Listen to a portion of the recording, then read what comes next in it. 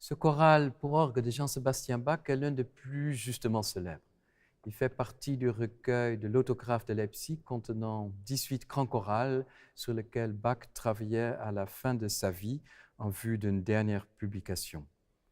Certains auteurs y voient un testament spirituel du grand maître.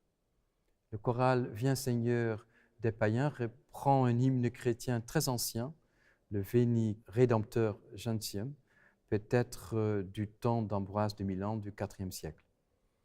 Au tout début de la Réforme, Luther reprend cet hymne en latin pour le versifier en allemand, et depuis, il fait partie du répertoire des cantiques protestants jusqu'à aujourd'hui. Bach, qui affectionnait ce cantique et cette mélodie, il consacra 5 chorales pour orgue et une cantate.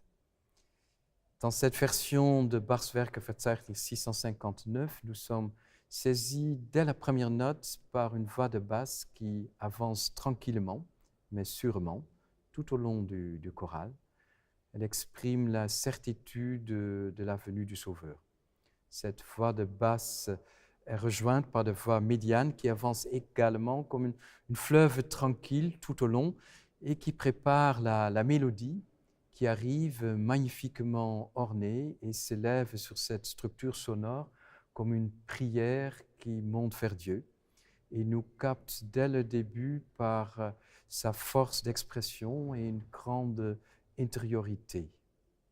La paix tranquille de cette musique, sa beauté toute intérieure, qui n'exclut pas quelques passages un peu plus dramatiques qui se reprochent de certains arias de la Passion selon saint Matthieu, nous saisit dès le début et jusqu'à la fin, apportant un sentiment de paix, d'apaisement et de confiance tranquille.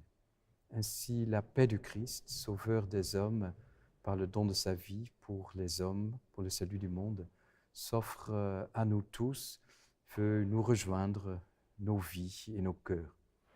Tel est le message spirituel de ce choral extraordinaire, où la musique devient prière et élévation de notre cœur vers Dieu.